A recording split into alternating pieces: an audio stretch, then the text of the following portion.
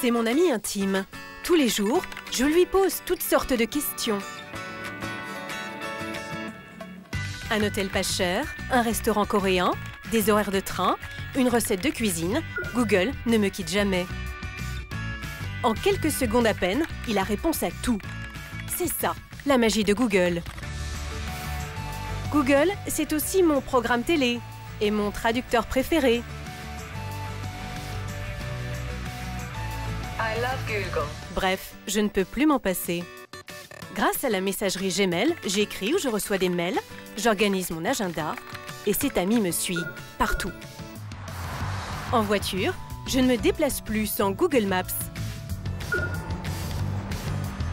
Dans la rue, je passe des coups de fil avec un téléphone Android exploité par Google.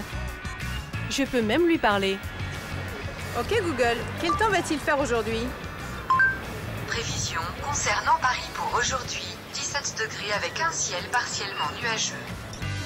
Google est devenu mon magasin en ligne grâce à son comparateur de produits Google Shopping. Je peux aussi acheter des billets d'avion sur le comparateur de vol Google Flights, regarder les derniers clips à la mode sur YouTube, le site vidéo de Google. Alors, à force de vivre en permanence avec Google, il connaît mes goûts, mes rendez-vous, mes vidéos préférées, ce que j'aime acheter, où je pars en vacances. Bref, il sait tout de moi. Et moi, que sais-je de Google? Google veut tout savoir sur nous, mais il veut qu'on sache rien sur lui. En 17 ans, Google est devenu le moteur de recherche le plus riche du monde, avec 66 milliards d'euros de chiffre d'affaires. À sa tête, deux hommes aux ambitions les plus folles. Faire rouler des voitures sans conducteur, créer des robots pour remplacer les hommes. Tous les jours, je me demande comment je vois le futur et comment puis-je le créer. Alors, peut-on faire confiance à Google? Au fil de mon enquête, je vais aller de surprise en surprise. Aux États-Unis, au siège de la firme, je vais découvrir que derrière l'ambiance de club de vacances, tout est fait pour rendre les salariés les plus productifs possibles et que certains finissent par craquer. J'ai fait un burn-out à force d'être connecté tout le temps. En Irlande, à Dublin, je vais comprendre comment Google réussit à gagner beaucoup d'argent grâce à la publicité, tout en payant un minimum d'impôts. En France, je vais voir à quel point Google nous suit à la trace dans notre vie quotidienne. Et ça commence même à l'école. Des traces parfois embarrassantes et difficiles à effacer. Enfin, à Londres, je vais découvrir comment Google livre nos données personnelles au service de renseignement à notre insu. Créer la machine d'espionnage du futur. Faut-il avoir peur de Google? Comment ce moteur de recherche est-il devenu aussi puissant? Enquête sur la face cachée du géant du net, le plus secret du monde.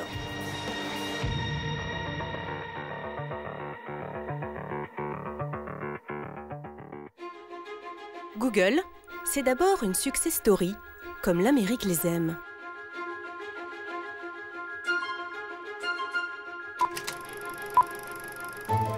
Comme souvent dans les belles histoires, celle de Google commence en Californie, sur le campus de la prestigieuse université de Stanford. Nous sommes en 1995.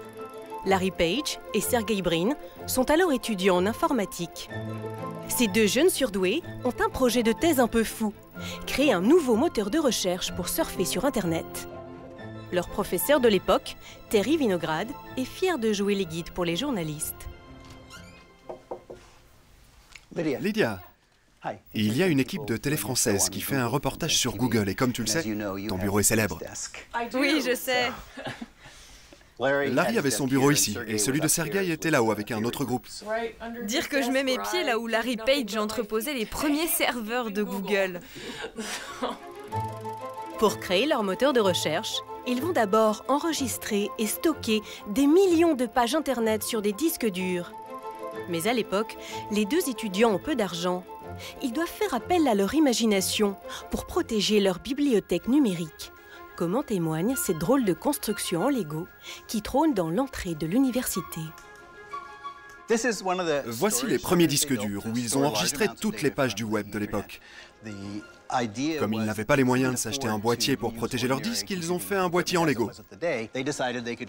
C'était solide, ça marchait bien, c'était amusant, et ils avaient un côté très enfantin. L'imagination débordante de ces deux grands enfants attire les investisseurs. Encore étudiants, ils décrochent un chèque de près de 100 000 €. Leur chèque en poche, ils s'installent comme toutes les startups dans un garage. C'est ici que naît Google en 1998. Très vite, le moteur atteint les 3 millions de requêtes par jour. Plus rapide, plus performant, Google dame le pion à ses concurrents de l'époque, comme Lycos ou AltaVista. 6 ans plus tard, Google entre en bourse. Les deux fondateurs deviennent en une journée les nouveaux milliardaires de la Silicon Valley. Aujourd'hui, à 42 ans, Larry Page et Sergey Brin pèsent chacun 30 milliards d'euros et font partie des 20 plus grosses fortunes mondiales. Alors forcément vu comme ça, Google, ça fait rêver.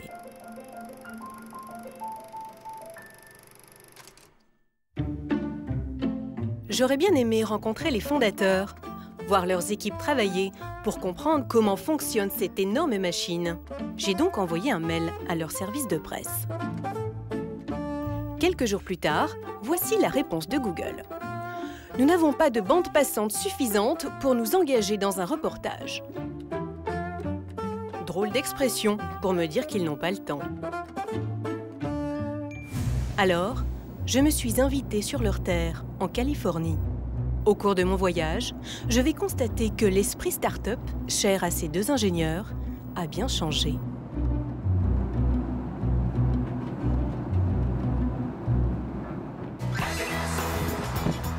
Voici San Francisco et son célèbre Golden Gate Bridge. Je suis en route pour la Silicon Valley. C'est ici que l'empire Google est né. Le logo est à lui seul une adresse, omniprésent à chaque coin de rue. Le géant du net occupe une trentaine de bâtiments et il attire les touristes du monde entier. Mets-toi là, près de la voiture Google. Ce jour-là, un groupe d'étudiants japonais prend la pause devant un véhicule qui a fait le tour du monde. Cette voiture un peu étrange a cartographié la planète et c'est grâce à elle que l'on peut se localiser. Que pensez-vous de Google? C'est sympa. C'est génial, ils ont des super bureaux. Vous aimeriez travailler ici? Oh oui. Voilà ce qui fait rêver les jeunes. Au siège de Google, à Mountain View, l'ambiance est plutôt cool. Beach volley, petit coin bar à l'ombre, déjeuner gratuit en terrasse, on se croirait dans un club de vacances.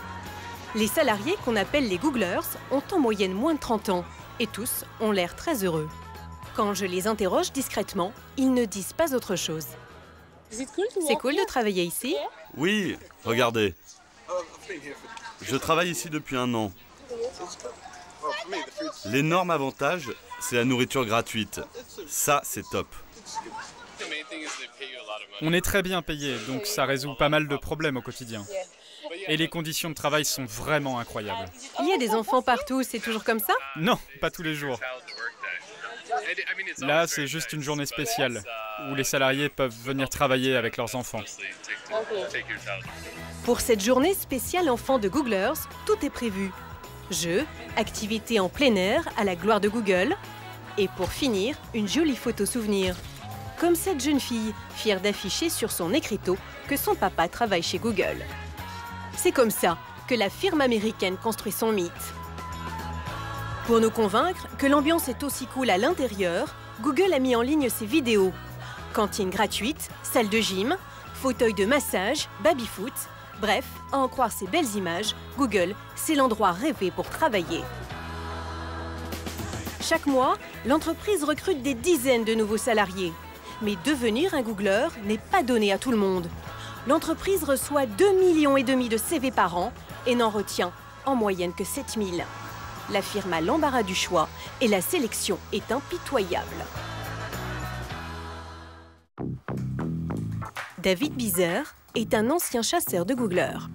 Pendant 7 ans, cet Américain a participé à l'embauche de 5 000 salariés en Europe.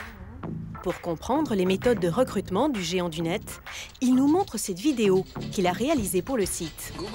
Google réunit les personnes les plus créatives de la planète. Et c'est pour ça que nous souhaitons savoir ce que vous avez d'unique et voir en quoi vous pouvez devenir un pur produit Google. Avant de devenir un pur produit Google, il faut d'abord passer 8 entretiens en moyenne. Et parfois, c'est bien pire. Une fois, un candidat qui postulait pour un poste marketing a passé 21 entretiens. C'est un cas extrême, bien sûr. Pourtant, le pire dans cette histoire, c'est qu'à la fin, j'ai dû l'appeler pour lui dire qu'il n'était pas pris. Google veut embaucher les plus créatifs et les plus diplômés. Ce qui fera la différence, c'est un critère plutôt étonnant, la googlitude. Ça veut dire, qu'avez-vous fait d'impressionnant dans votre vie? Ce n'est pas juste dire j'aime voyager, j'aime faire du bateau. C'est plutôt j'ai appris à faire du bateau quand j'avais 5 ans. J'ai fait partie d'un club. J'ai fait de la compétition à haut niveau et j'étais bon. J'ai participé à des régates nationales. J'ai eu des récompenses. Bref, c'est ce niveau d'intensité que Google recherche. La googlitude. Cette expression, créée de toutes pièces par les fondateurs, n'a qu'un but. Repérer ceux qui seront capables de tout donner pour Google. Celui qui connaît le mieux la googlitude se trouve dans ce restaurant, à 30 minutes du siège du géant du net. 2 poulets au curry. Charlie Ayers est un mythe pour les Googlers. C'est lui qui a créé la cantine de Google et en a fait la meilleure de toutes les entreprises de la Silicon Valley. Ici, on sert entre 125 et 200 repas par jour. Et chez Google, c'était combien? C'était des milliers par jour. Ce qui a fait le succès de sa cuisine, ce sont ses petits plats, dignes des meilleurs restaurants, avec des ingrédients locaux et bio. Voilà le Buddha Bowl, ma spécialité. C'est un plat végétarien. Il y a du riz complet, une purée de chou-fleur, une bonne poêlée de légumes et de champignons, des oignons caramélisés et des carottes. Vous faisiez les mêmes recettes chez Google? Oui, la mission était de faire des menus bons pour la santé qui n'intoxiquent pas le corps des salariés, pour qu'ils puissent rester concentrés toute la journée. C'est mieux que de leur offrir un plat bien lourd à digérer qui fait dormir après le repas. En fait, mes menus augmentaient leur productivité. Bien nourrir ses salariés pour les faire travailler plus, c'est ça, l'une des recettes du succès de Google, inventée dès le départ. Charlie a été l'un des premiers salariés embauchés par les fondateurs. Ah, c'était il y a longtemps. Vous vous reconnaissez? Oui, mais j'ai l'air bien plus jeune. Sur cette vidéo de 1999, on voit le jeune Charlie. Et dans la queue, les 2 patrons de Google, Larry Page et Sergey Brin. Dès cette époque, ils ont quelques astuces pour rendre les salariés plus efficaces. Larry m'a demandé d'afficher le menu à la dernière minute, pour éviter que les salariés n'aillent manger au restaurant. Parce qu'une journée d'ingénieur, ça coûte cher. S'ils prennent trop de temps pour leur pause déjeuner, la productivité ne monte pas, elle s'effondre. Donc, mon menu, c'était la surprise du chef tous les jours. Ça fonctionne si bien que la cantine de Google devient vite un lieu de vie incontournable pour les salariés et les anciens s'en souviennent comme si c'était hier. Christophe Pépin est un ancien Googler. Pendant 7 ans, il a travaillé comme commercial chez Google. Aujourd'hui, il est fier de nous montrer son album souvenir. Il a bien connu les avantages de la firme et ses effets sur les salariés. La magie du système, c'est que sans s'en rendre compte, on va avoir envie de bien faire, quoi. Quand vous avez fait un break de 30 minutes parce que vous avez pu vous dégourdir un peu les jambes, les bras et les yeux à faire un petit baby-foot, une partie de PlayStation avec vos collègues, vous retournez à votre poste de travail à fond, quoi. À la cantine, les salariés dînent souvent en famille, même le soir. Chez Google, vie privée et vie professionnelle n'ont plus de frontières.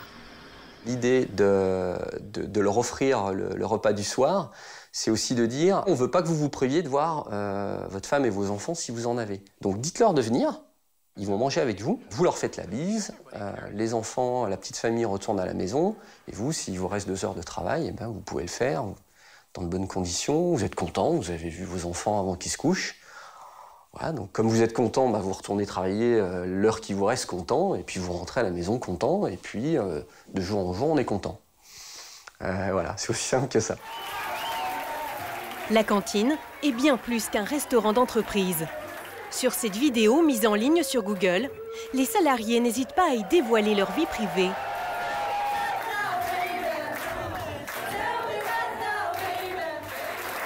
Comme ce Googler qui fait une demande en mariage devant ses collègues de bureau. Il y a un moment où la vie chez Google peut devenir la vie tout court, une raison d'être, une raison de faire. Et là, il se projette éventuellement à long terme. Entrer chez Google, c'est entrer dans une nouvelle famille. Mais pour ceux qui en ont déjà une, comme Christophe, cela peut devenir un peu lourd. Cette culture d'entreprise a fini par peser sur sa vie de famille. Au bout de 7 ans, il a préféré partir. Il y a 3 ans, ça a été aussi une période où je voulais consacrer un peu plus de temps à mes enfants. J'ai eu un petit peu envie de lever le pied aussi. La googlitude ne convient pas à tout le monde. Et ceux qui ont du mal à s'intégrer sont vite remerciés. C'est ce qui est arrivé à un ancien salarié que nous avons contacté par téléphone. Voilà ce que lui a dit son chef le jour de son licenciement. Il m'a juste répondu « Tu es culturellement incompatible ». Et là, sur le coup, ça veut dire quoi? Et à la réflexion après, je pense que le mot culturellement incompatible voulait dire surtout pas assez dans le moule, pas assez aligné sur la culture Google. Est-ce que ça veut dire que vous n'étiez pas assez googly? Ah oui, clairement. Clairement. C'est un peu la même chose qu'on retrouve chez Disney ou chez Apple, toutes ces boîtes-là. Cette capacité à s'injecter un peu de l'ADN de la boîte, mais à un point où on laisse son cerveau au vestiaire, quoi. C'est pas aussi caricatural qu'une secte, mais on sent qu'il y a un poids comme ça, un peu indicible, mais très présent. Cette culture de la googlitude, d'anciens salariés de Google l'ont dénoncée sur ce blog. La plupart anonymement. Stress, fatigue, productivité, ces témoignages bousculent le mythe de l'entreprise parfaite. Tous ces avantages qu'on nous offre ne sont qu'illusions. Ils vous font rester au travail et vous rendent plus productif. Je ne sais pas si Google embauche des gens accros au travail ou si c'est Google qui les rend accros. L'un des seuls anciens Googlers qui ose signer de son nom, c'est Joe Canella. Je décide d'aller le rencontrer. Retour en Californie. Au dernier étage de cette maison typique de San Francisco, Joe prend enfin le temps de profiter de cette vue unique. On voit bien le Golden Gate là-bas, juste à gauche de l'église. Joe a quitté Google il y a 2 ans, après y avoir travaillé pendant 9 ans. De ses années Google, il a gardé cette drôle de couverture qu'il a lui-même fabriquée. Ça, c'est tous les t-shirts que je portais quand j'étais chez Google. Là, il y a le t-shirt de Charlie, le chef cuisinier. Ma vie était googlisée, j'étais un Googler, je mangeais Google, je portais des t-shirts Google, etc. À l'époque, Google est devenu rapidement sa nouvelle famille. Aller au bureau, c'était comme rentrer à la maison. Je travaillais tout le temps, j'envoyais des mails à 2 ou 3 heures du matin. C'était comme une seconde nature. C'est vrai dans beaucoup de grandes sociétés, mais chez Google, la culture d'entreprise est forte et sympa.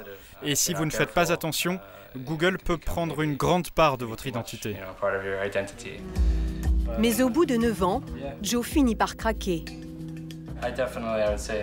J'ai fait un burn-out, à force d'être connecté tout le temps. Ce qui est unique chez Google, c'est que vous ne le voyez pas venir. Parce que tout le monde vous dit sans arrêt que vous seriez fou de quitter une entreprise si géniale.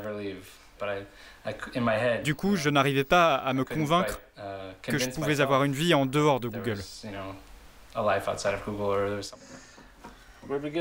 Qui nous a offert tout ça? Désormais pour lui, une nouvelle vie commence. Cet ancien célibataire sera bientôt papa pour la première fois. Vous êtes prêts les gars? Nous on est prêts. Joe est prêt à vivre sans Google, loin de son ancien métier de commercial.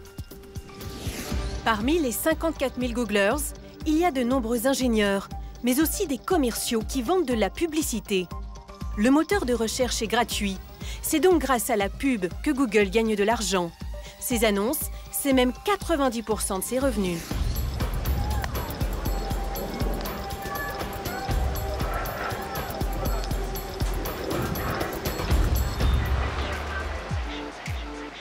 Retour à Paris. Allons faire un peu de shopping. Quelle pièce tu veux qu'on mette en avant là parmi ces pièces? Ces chemisiers, ces vestes, ces robes sont des vêtements de grande marque. Renault les vend à prix cassé sur son site internet. On a plus de 100 000 robes en ligne. Son produit phare, les robes. Pour les écouler sur le web, il a un moyen simple et efficace. Il fait de la publicité sur Google. Je voulais voir avec toi sur notre positionnement sur Google. Dès qu'il tape les mots « robe, occasion, noir » sur le moteur de recherche, voilà le résultat. Son site est en tête dans une partie réservée à la publicité, identifiée par cet encart annonce en orange. Pour arriver à ce résultat, il a dû acheter les mots « robe, occasion, noir » à Google. Et cette combinaison de mots a un prix. Alors là, pour être sur la première page, c'est 20 centimes du clic. 20 centimes le clic, ça ne paraît pas beaucoup. Sauf que le prix varie tout le temps, car les mots sont vendus aux enchères. C'est le plus offrant qui emporte la première place sur Google. On n'est pas les seuls à essayer de se positionner sur la combinaison de mots robe, noire, occasion. On a des concurrents. Donc l'enjeu va être de pouvoir se maintenir toujours à la meilleure place, qui est la première place, sur les annonces. Et justement, lors de notre tournage, Google le prévient que l'enchère est insuffisante pour rester en tête des résultats. Alors, pour garder la première place, le site va payer 25 centimes le clic. Et c'est comme ça pour tous les mots qu'il achète, plus de 60 000 par mois, avec des dizaines de combinaisons différentes. Renault doit enchérir tous les jours, un jeu très compliqué. Dans ce système d'enchères, c'est qu'on ne connaît pas la concurrence. On n'est pas comme dans des enchères publiques, dans une salle de vente. Vous voyez les personnes qui enchérissent, vous savez combien ils sont, vous savez jusqu'où ils sont prêts, quasiment où ils sont prêts à aller. Là, on ne sait pas. On ne sait pas s'il y a eu 10 personnes qui enchérissent, à combien. Donc on est un peu dans le flou et on doit faire notre meilleure estimation pour avoir la position qu'on souhaite. Il y a Google qui sait, lui seul. Exactement. Au final, cet entrepreneur verse 300 000 € par an à Google, la moitié de son budget marketing. Ces mots rapportent beaucoup d'argent à la firme américaine, plus de 60 milliards d'euros en 2014. Des millions de sites internet font de la publicité sur le moteur de recherche. Désormais, le géant du net veut aller plus loin et conquérir aussi les commerçants du coin de la rue. Pour ça, il a trouvé une technique efficace qui ne lui coûte pas un centime. Quand Eric se rend dans le centre de La Rochelle, ce n'est pas pour faire du lèche-vitrine ni pour consommer, c'est lui qui vient proposer ses services. Bonjour monsieur. Bonjour. Je suis Eric Gaborio, photographe agréé Google pour le service des visites virtuelles. Eric photographie l'intérieur des commerces, des visites virtuelles qui permettent à l'internaute de voir les lieux avant de se déplacer. Donc l'intérêt, c'est que vous lui permettez de découvrir l'ambiance directement depuis son ordinateur. Ce restaurant est déjà répertorié sur le moteur de recherche. Téléphone, localisation, tout est indiqué. Google l'a fait gratuitement et c'est comme ça pour tous les commerçants. Ajouter une visite virtuelle, c'est plus de clients potentiels pour le restaurant, mais pour ce service supplémentaire, il faut payer. Et pour un établissement comme le vôtre, il faut compter à peu près 400 € hors taxe, voilà, pour la réalisation de la visite virtuelle. Cet argent n'ira pas dans la poche de Google, mais dans celle d'Eric. Pour le moteur de recherche, le but c'est d'approcher les petits commerces en douceur. Alors c'est tout bénef pour Google parce qu'il a sur le terrain des gens qui vont être un peu des ambassadeurs, qui vont présenter Google et qui vont aider Google à venir sur le terrain du commerce local. Voilà. Au revoir. Cet ancien photographe indépendant est devenu ambassadeur Google depuis 2 ans. Chaque semaine, il arpente les rues du département pour convaincre les commerçants locaux. Et ses arguments finissent par payer. Nous retrouvons Eric sur l'île de Ré. Il a décroché une visite virtuelle dans cet hôtel. Voilà, donc le jardin piscine. D'accord. Donc je vais faire 2 photos à 360 degrés. Pour réaliser cette visite virtuelle, Eric va prendre plus de 1000 photos des plus beaux endroits de l'hôtel.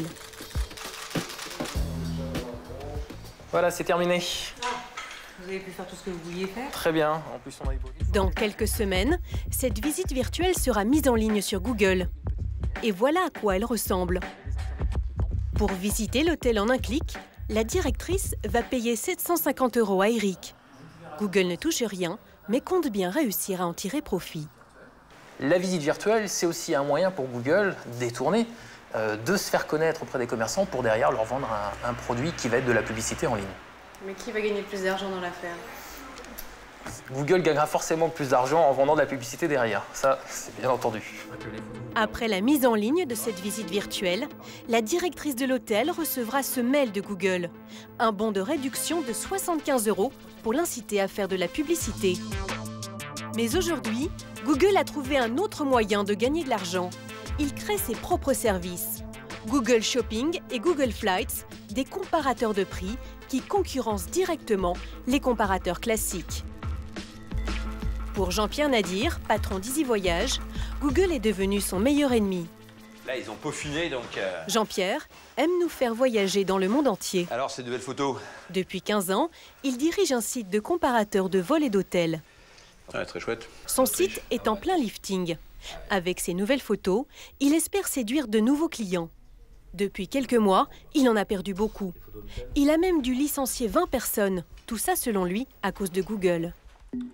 Pour nous expliquer le problème, il va nous faire une démonstration avec un vol Paris-Casablanca. Donc si on cherche par exemple un vol pour Casablanca, vous trouvez 3 résultats donc sponsorisés, donc publicitaires, puis les résultats publicitaires donc sur le côté, et en plein milieu, le moteur donc de Google Flight. Depuis l'arrivée de Google Flights il y a 4 ans, le site de Jean-Pierre apparaît en bas de page, beaucoup moins bien placé qu'avant. Pourquoi donc on trouve que c'est grave? Pour une raison très simple, c'est qu'on constate aujourd'hui une perte de près de 30% de trafic sur cette partie spécifique au vol. Ce qui met Jean-Pierre en colère, c'est que le comparateur de Google est toujours en tête des résultats, alors que ses prix ne sont pas forcément les meilleurs. Pour nous le prouver, il fait une comparaison avec son propre site. Le meilleur prix proposé par le moteur de Google est 237 €. Si on fait la même recherche sur Easy Voyage, on constate assez rapidement que le meilleur tarif est à 164 €, vendu par Voyage SNCF. Le vol proposé par Google est 70 € plus cher que celui de son site. Donc là, on voit bien qu'il y a le fait du prince qui décide que ces services sont systématiquement donc en tête, quel que soit le niveau de performance des autres compétiteurs. Et c'est là qu'est le vrai problème. Google manipule-t-il les résultats pour mettre en avant ses propres services au détriment de ses concurrents? C'est la conviction de Jean-Pierre Nadir. Comme d'autres sites, il s'est plaint à la Commission européenne pour dénoncer les méthodes de la firme américaine qui détient 90% du marché en Europe. Les concurrents de Google ont fini par être entendus. 5 ans après les premières plaintes, l'Europe vient de déclencher une procédure officielle pour abus de position dominante. Un coup dur pour la firme américaine. Au siège de la Commission européenne, je vais rencontrer celle qui fait trembler Google. Bonjour, enchantée. Bonjour, bienvenue. Merci de nous accueillir. Margrethe Vestager est la nouvelle commissaire européenne à la concurrence. Lorsqu'elle est arrivée en décembre dernier, cette ancienne ministre danoise a hérité de nombreux dossiers très sensibles. J'imagine que vous aviez beaucoup de dossiers quand vous êtes arrivée. Oui, il y avait plein de dossiers partout qui m'attendaient sur ce bureau. Parmi ses priorités, le dossier Google. Pendant des mois, elle a reçu la trentaine de plaignants, puis elle a tranché. Le géant américain ne respecte pas les règles de concurrence en Europe. Ce n'est pas un problème d'être gros. Vous pouvez avoir beaucoup de succès, créer plein d'emplois, Mais en Europe, vous n'avez pas le droit d'utiliser vos muscles et votre poids pour abuser de la situation. Le problème, c'est que Google utilise sa position dominante sur le marché pour favoriser ses propres services. Et c'est un problème pour le consommateur? Oui, parce qu'il n'a pas les résultats les plus pertinents. Réputée inflexible, la nouvelle commissaire est déterminée à aller jusqu'au bout. Mais la procédure pourrait durer des années. Google risque une amende qui peut aller jusqu'à 10% de son chiffre d'affaires, soit 6 milliards d'euros. Dans le viseur de Bruxelles, il y a aussi les pratiques fiscales de la firme américaine. Je m'envole pour l'Irlande, à Dublin. Nous allons découvrir comment Google réduit ses impôts grâce à un système très ingénieux. Il y a 30 ans à peine, personne n'aurait misé sur ce quartier de Dublin. Aujourd'hui, c'est le nouveau royaume de la high-tech. Des buildings très design ont surgi de terre. Parmi eux, cet immense bâtiment aux couleurs de Google. La firme américaine s'y est installée il y a 12 ans. Elle emploie près de 2500 salariés. Mais que font-ils à Dublin? Quand nous cherchons à les interroger, difficile d'obtenir une réponse. Bonjour, vous travaillez pour Google? Quel type de travail faites-vous ici? Bonjour, quel type de travail faites-vous ici? Mais vous êtes qui? Je suis journaliste pour la télévision française à Paris. On n'est pas supposé vous parler. Vous ne pouvez pas parler aux journalistes? Pourquoi? Pouvez-vous au moins me dire quel genre de travail vous faites ici? Si vous voulez, je peux vous rediriger vers le service de presse. Mais la sécurité interrompt notre discussion. Vous n'avez pas le droit de filmer nos bâtiments. Je suis dans la rue, j'ai le droit de filmer? Non, ici vous êtes sur la propriété de Google. Ok, où est la limite alors? Juste là. Ok, donc là je suis chez Google, là je suis dans la rue, donc si je reste là, je suis bien. Oui, arrêtez de filmer. Je vous ai demandé d'arrêter de filmer. Nous tentons notre chance un peu plus loin. Bonjour, vous travaillez pour Google? Non. Mais je vois votre badge là. On nous a appris à dire non. Vous faites quoi comme travail ici? Je vends de la publicité comme la majorité de mes collègues. Ici, c'est le siège de Google Europe. On couvre tout le marché européen de la pub. Pourquoi Google facture-t-il toutes ces publicités depuis l'Irlande? La réponse, je vais la trouver à la prestigieuse université de Trinity College. Je vais y rencontrer un professeur de finance réputé. Bonjour, comment allez-vous? Bonjour, enchanté. James Stewart tient dans ses mains un document précieux, les comptes annuels de Google Irlande. Le chiffre d'affaires donne le vertige. Plus de 17 milliards d'euros en 2013. Google Irlande facture ses clients basés en France, en Grande-Bretagne ou en Allemagne. Donc, tous les revenus de cette filiale irlandaise viennent des publicités facturées dans les pays européens. C'est comme ça que Google Irlande est devenue la principale source de revenus du groupe, en dehors des États-Unis. Si Google a fait de l'Irlande sa principale source de revenus en Europe, c'est parce qu'il profite d'un système fiscal très avantageux qu'on appelle le Double Irish. Un système un peu compliqué. Alors, James va me l'expliquer grâce à un petit schéma. Google Irlande reverse une grande partie de ses 17 milliards d'euros à une autre société, la holding Google Irlande, qui détient les droits de propriété du moteur de recherche. Cette holding a une double adresse, en Irlande, mais aussi aux Bermudes, où le taux d'imposition est de 0%. Donc sur la totalité de ses revenus, Google a un taux d'imposition très faible. Le Double Irish, c'est donc une société domiciliée dans 2 pays à la fois. Grâce à cet avantage fiscal tout à fait légal, Google a un taux d'imposition de 2,4% en Europe, 10 fois moins que la moyenne. Google a ainsi économisé près de 3 milliards d'euros d'impôts depuis 2007. Un manque à gagner énorme pour de nombreux États européens. La Grande-Bretagne a d'ailleurs auditionné le patron de Google Europe pour qu'il s'explique sur ce montage financier. Nous payons tous les impôts que vous nous demandez. Je ne vous accuse pas d'agir illégalement, mais de vous comporter de manière immorale. Face à la pression des pays européens, l'Irlande a fini par céder. En novembre dernier, elle a mis fin au Double Irish. Désormais, Google ne pourra plus transférer ses profits dans un paradis fiscal. Le groupe a 5 ans pour se mettre en conformité. Pour les associations qui luttent contre l'évasion fiscale des multinationales, la fin du Double Irish ne suffit pas. Bonjour. Bonjour Sophie, enchantée. Il faut que les entreprises payent des impôts dans les pays où elles ont des activités, là où elles font réellement leurs profits. Sans harmonisation fiscale en Europe, Google pourra continuer à facturer ses publicités dans les pays où les taxes sont les moins élevées.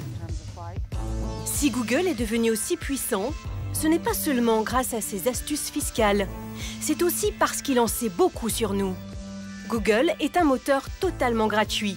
En contrepartie, il veut nous connaître dans les moindres détails pour nous envoyer de la publicité toujours plus ciblée.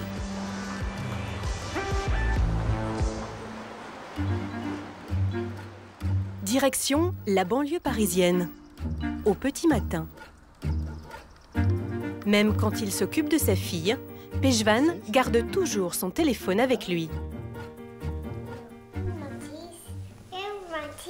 Oui, c'est Mathis. Ses photos, c'est son dernier album de vacances, entièrement géolocalisé. L'itinéraire du voyage, la date où a été prise chaque photo, tout est indiqué. Pourtant, Pejvan n'a rien fait. Google a créé cet album tout seul. Oh, regarde. La première fois, je me suis dit, mais qu'est-ce que c'est que ça? Après, j'ai regardé et j'ai trouvé que le rendu était vraiment sympa. Donc, tout de suite, l'appréhension disparaît, en fait. Grâce à une nouvelle application créée par Google, Pejvan est géolocalisé en permanence. La firme sait toujours où il est et peut même lui dire à quel moment il doit partir à son rendez-vous. Ah, il est temps de partir pour arriver à l'entretien. Ce qui est pratique, c'est que quand il sait où se trouve le lieu du rendez-vous, il calcule les trajectoires, les directions, il sait s'il y a des embouteillages, et donc il m'avertit au moment où il pense qu'il faut que je parte. Avant de partir, c'est lui qui laisse un message à Google. Ok Google, rappelle-moi de sortir les poubelles en rentrant chez moi. Voici votre rappel défini pour se déclencher lorsque vous êtes à l'endroit suivant, domicile. Voulez-vous l'enregistrer? Oui. Pejvan n'a pas besoin de préciser l'heure. La firme américaine connaît l'adresse de son travail et de son domicile. Elle saura donc exactement quand il rentre chez lui. Là, au moment où je vais rentrer chez moi, il va se rendre compte que je suis chez moi et il va me rappeler de sortir les poubelles. Si Google arrive à faire tout ça, c'est parce qu'il croise toutes les données de Pejvan. Ses contacts, ses mails, ses photos, son agenda. Un assistant personnel très intrusif qui l'alerte, même sur son lieu de travail. Bon, par exemple, là, en fait, j'ai mon prochain rendez-vous pour le déjeuner. Donc, il m'affiche l'endroit du déjeuner, l'heure et notre emplacement de parking. Sachant qu'on n'a à aucun moment informé Google qu'on prenait la voiture, et qu'on se garait quelque part, etc. Donc il a tout déduit de lui-même, sans que j'ai besoin de faire la moindre intervention. Google anticipe tout sur ce que vous voulez faire. Il essaye, ouais. Donc avec ce que ça peut avoir d'un peu effrayant. Effrayant en effet. À force d'être géolocalisé, Pejvan a donné beaucoup d'informations à la firme américaine. Pour s'en rendre compte, il suffit de regarder sur son compte Google.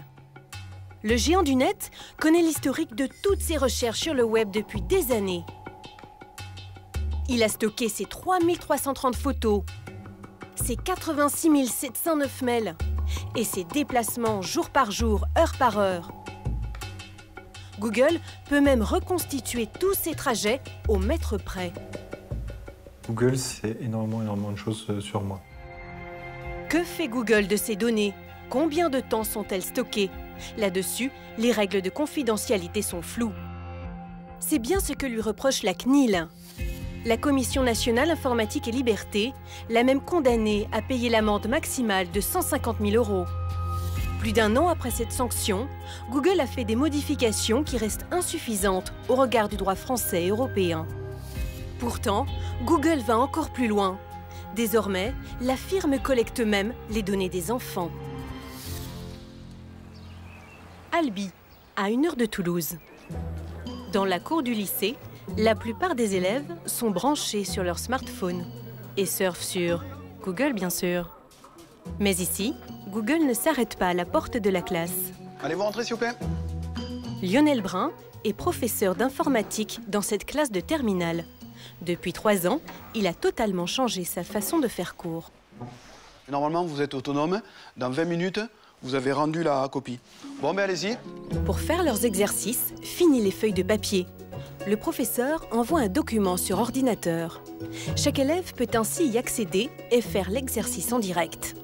Tout ça grâce à un outil créé spécialement par Google pour les écoles. Bien, les 20 minutes sont à présent écoulées. Donc, vous allez rendre la copie. Pour rendre leur copie, rien de plus facile, un clic suffit. Le professeur les reçoit sur son ordinateur. Il peut les corriger et les noter bien plus vite qu'une copie papier. C'est assez pratique. Ça fait gagner du temps. Un bon moyen pour Google de fidéliser ses élèves dès leur plus jeune âge, mais pas seulement. Pour utiliser cette application, le professeur a créé un compte sur la messagerie de Google Gmail pour chacun de ses élèves, comme Joris. Nous lui demandons de regarder dans l'historique de son compte. Surprise, Google connaît ses déplacements en dehors de l'école, son numéro de carte bancaire et les achats qu'il a fait avec. C'est fou. Je m'attendais pas à ça. Je savais pas tout ça. Les paiements, les trajets qu'on faisait, tout ça, non, je savais pas. En fait, Joris est connecté en permanence à son compte Gmail grâce à son téléphone Android qui le suit partout. Il y fait également des achats, comme ses jeux par exemple. C'est comme ça que Google peut savoir ce qu'il fait quand il n'est pas en classe. Google profiterait donc de l'école pour collecter les données personnelles des élèves.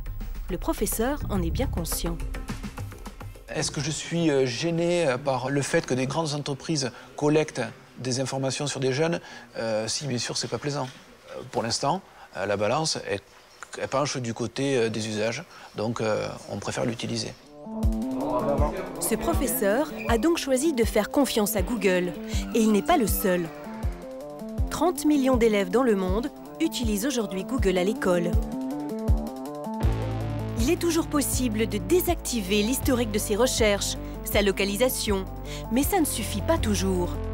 Sur Google, il y a des traces indélébiles qui nous suivent partout et que certains aimeraient oublier pour de bon.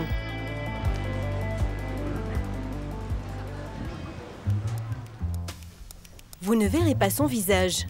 Nicolas préfère témoigner de façon anonyme, et voilà pourquoi.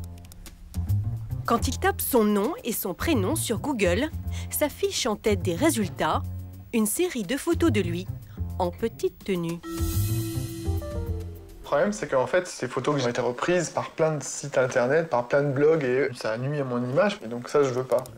Ces photos, il les a prises il y a 3 ans. Il était alors étudiant en école de commerce et faisait du mannequinat pour arrondir ses fins de mois. Depuis, il a essuyé de nombreux refus lors de ses recherches d'emploi. Je recherchais de l'emploi, j'ai postulé, j'ai fait parvenir mon CV, j'ai passé l'entretien, ça s'est très bien passé. Et quelques semaines après, ma candidature n'avait pas été retenue. J'avais trop de contenu sur Internet, ça passait pas, c'était trop osé, ça posait un véritable problème. Il a fini par décrocher un poste de commercial. Son patron lui a donné sa chance à une condition, faire le ménage sur Google. Alors, il a rempli ce qu'on appelle un formulaire de droit à l'oubli, disponible en ligne. En clair, il a demandé à Google de supprimer tous les liens vers les sites internet associés à son nom. Il y en a près d'une centaine. Quelques semaines plus tard, il a reçu une réponse négative. Pour Google, Nicolas est mannequin. Ses photos peuvent l'aider dans son travail. C'est pas mon métier, donc ils sont à côté de la plaque. Je peux pas avoir quelqu'un au téléphone, je peux pas envoyer de courrier. Il y a une réponse, elle est définitive et après on peut plus rien faire. Le cas de Nicolas n'est pas exceptionnel. Google reçoit près de 500 demandes par jour et en refuserait les 3/4. Alors, pour nettoyer son passé sur Google, Nicolas a décidé de faire appel à une agence spécialisée. Vous allez bien? Ça va? Oui, très bien. Bertrand Girin dirige cette agence depuis 3 ans. Sa spécialité, aider les internautes à retrouver leur réputation sur Internet, et cela ne va pas être simple. Ces photos, on ne peut pas les effacer. Ce qu'on peut faire, c'est faire en sorte que Google ne choisisse plus dans le bandeau image les photos qu'il a lui choisies là, mais les photos que le client choisit. Pour ça, Bertrand a demandé à Nicolas d'apporter de nouvelles photos plus habillées. Il va les poster sur des blogs, créer un compte Twitter, un CV en ligne. Nicolas aura bientôt une nouvelle identité numérique sur Google. Et du coup, les contenus qui lui posent problème aujourd'hui, qui sont sur la première page, n'apparaîtront plus en première page. Ils seront relégués en deuxième ou en troisième page. Mettre en avant la nouvelle identité de Nicolas sur le moteur de recherche, c'est le rôle de ses ingénieurs. Mais tout ça va lui coûter très cher, plus de 4 000 €. C'est un budget. Après, je pense que le jeu en vaut la chandelle. Donc, il y a vraiment on capitalise là-dessus et je pense qu'effectivement, il y aura un retour derrière. Donc, j'ai hâte de voir le résultat. Nicolas va devoir être patient. Plus d'1 mois après la fin de notre tournage, les nouveaux blogs sont bien visibles sur la 2e page de Google, mais il faudra encore attendre 5 mois avant qu'ils n'arrivent en tête des résultats à la place des photos dénudées. Pour se faire oublier, Nicolas avait une solution moins chère que cette agence privée. Déposer plainte auprès de la CNIL, la Commission nationale informatique et liberté. Daniela Parot est inspectrice à la CNIL. Chaque mois, elle reçoit des plaintes d'internautes qui ont essuyé un refus de Google d'effacer leurs traces. Là, on voit la liste des plaintes qui sont arrivées ce mois-ci. Ça va varier d'une vingtaine à, pour les mois où il y en a le plus, une quarantaine. Mais les dossiers sont souvent complexes. Daniela a du mal à trancher seule. Bonjour Mathias. Alors avec son collègue, elle étudie les dossiers les plus litigieux. Notre petite réunion. Des référencements et quelqu'un... C'est une personne, donc le plaignant, a raté son examen parce qu'il était en garde à vue. Et il y a eu un article, il a été interviewé, et il y a eu un article sur ce moment délicat. Le plaignant demande la suppression de son nom associé à un article gênant, car il n'arrive pas à retrouver un emploi. Pour trancher, la CNIL a défini 13 critères. Dans ce cas précis, pas de doute. On regarde de l'ancienneté, du préjudice pour la personne et bon, de l'intérêt effectivement de l'article au regard de l'information du public. On peut considérer qu'on serait plutôt sur un déréférencement. Sur un déréférencement, oui. En clair, l'article n'apparaîtra plus sur le moteur de recherche quand l'internaute tapera son nom. C'est ce que va demander la CNIL à Google. Mais elle n'obtiendra pas totalement gain de cause. Le lien disparaîtra en France sur google.fr, mais pas en dehors de l'Europe sur google.com. Exemple avec un cas traité récemment. Je suis sur le.fr, donc le contenu en question n'apparaît pas. Je vais passer sur le.com et là, eh bien, le blog en question ressort en premier résultat. Et donc l'information qui posait problème pour la personne et finalement est toujours accessible en .com. La CNIL a mis en demeure Google pour que les traces des utilisateurs soient effacées, même en dehors de l'Europe. Google a la mémoire longue. C'est d'autant plus inquiétant que les agences de renseignement américaines n'hésitent pas à nous espionner avec l'aide des moteurs de recherche. C'est ce qu'a révélé le lanceur d'alerte Edward Snowden il y a 2 ans. Je pars pour Londres. Je vais rencontrer un membre de Wikileaks. Cette organisation, créée par Julian Assange, est connue pour avoir publié sur son site des documents classés secret défense aux États-Unis.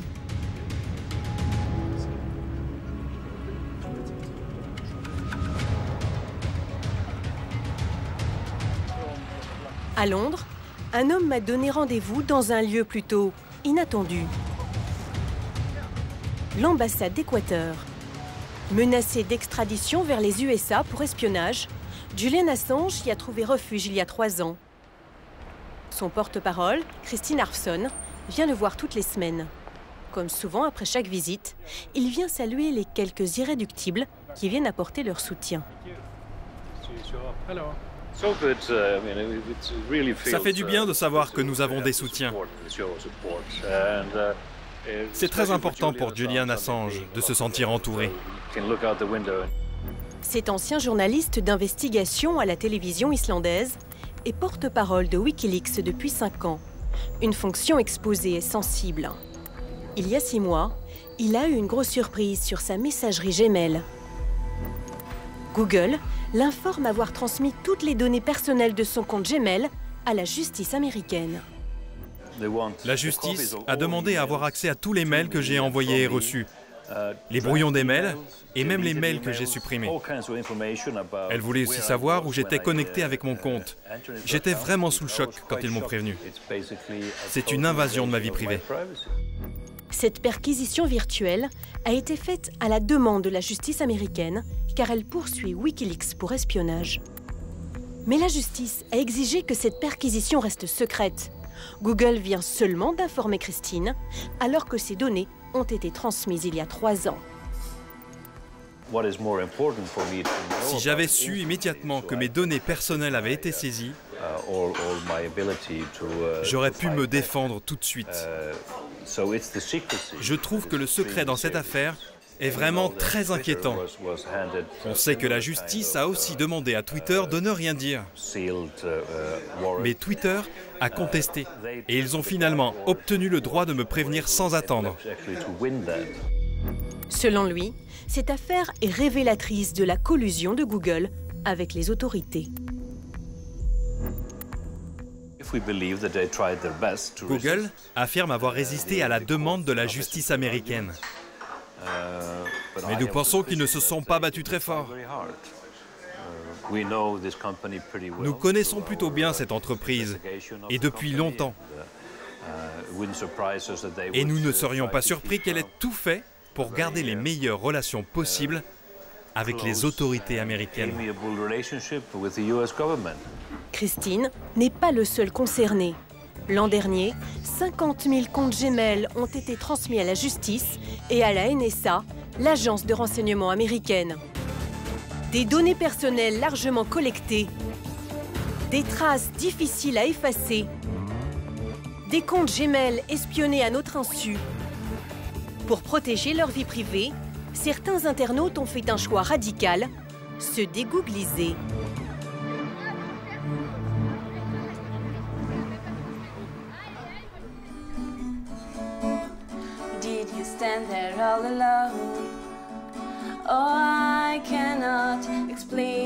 Même quand elle chante, Alexia ne peut plus se passer de son ordinateur. Comme son frère Antoine, elle est accro aux écrans. Mais quand elle navigue sur Internet, elle a des habitudes bien différentes des jeunes de sa génération. Quand elle ouvre son ordinateur, voilà ce qui apparaît, un petit canard. C'est grâce à ce petit canard que cette étudiante en agronomie fait toutes ses recherches sur Internet. Ce qui a séduit Alexia, c'est ce slogan qui s'affiche sur la première page. Le moteur de recherche qui ne vous espionne pas. Contrairement à Google, ce moteur de recherche n'enregistre pas l'historique de ses requêtes sur Internet. J'ai le droit à ma vie privée, il n'y a pas de raison. Que quelqu'un sache tout ce que je fais sur Internet, c'est exactement comme si j'avais une caméra dans mon salon. Pour les mails, elle utilise une messagerie française équipée d'un système de protection Enigmail. Démonstration. Lorsqu'elle envoie un message à son frère, elle clique sur ce cadenas. Quelques minutes plus tard, quand Antoine le reçoit, voilà ce qui apparaît. Là, le texte incompréhensible, c'est le message que Alexia vient de m'envoyer. Il est illisible, on ne peut obtenir aucune information de ce texte. Pour pouvoir le lire, il doit entrer un mot de passe que lui a donné sa sœur. En un clic, le message est déchiffré. Mais contrairement à Google, ce service n'est pas gratuit. Avec Google, on paye avec nos données, sans vraiment en avoir forcément conscience, sans savoir vraiment ce qu'ils vont en faire derrière. Mes données ne concernent que moi, j'ai pas envie de marchander ma vie privée. Donc moi, j'ai préféré choisir de payer avec de l'argent. C'est pas énorme, c'est 3 € par mois. Et avec ces 3 € par mois, je sais que je reste propriétaire des mails que j'échange avec n'importe qui. Mais il y a un domaine où se dégoogliser reste compliqué. C'est le téléphone. Hop. Alexia utilise encore un portable Android exploité par Google. Bonjour, ça va très bien. Alors, elle essaye de limiter ses traces. On va où, en fait? Au magasin de musique. Pour se déplacer, elle a trouvé une alternative à Google Maps, OpenStreetMap, une application qui n'enregistre pas les déplacements des utilisateurs. OpenStreetMap fonctionne très bien. Leur objectif, c'est pas du tout de récupérer des données pour en tirer quelque chose et faire de l'argent. C'est vraiment juste mettre à disposition une carte pour les utilisateurs. Au final, Alexia et Antoine ont presque réussi à vivre sans Google. D'ailleurs, aujourd'hui, de nouveaux moteurs de recherche viennent le concurrencer, comme les Français Quant ou Framabi. Mais Google a toujours une longueur d'avance et des projets un peu fous. Envoyer des montgolfières, connecter la planète à Internet, faire rouler des voitures sans conducteur, créer des robots intelligents, des lunettes interactives et même nous rendre immortels.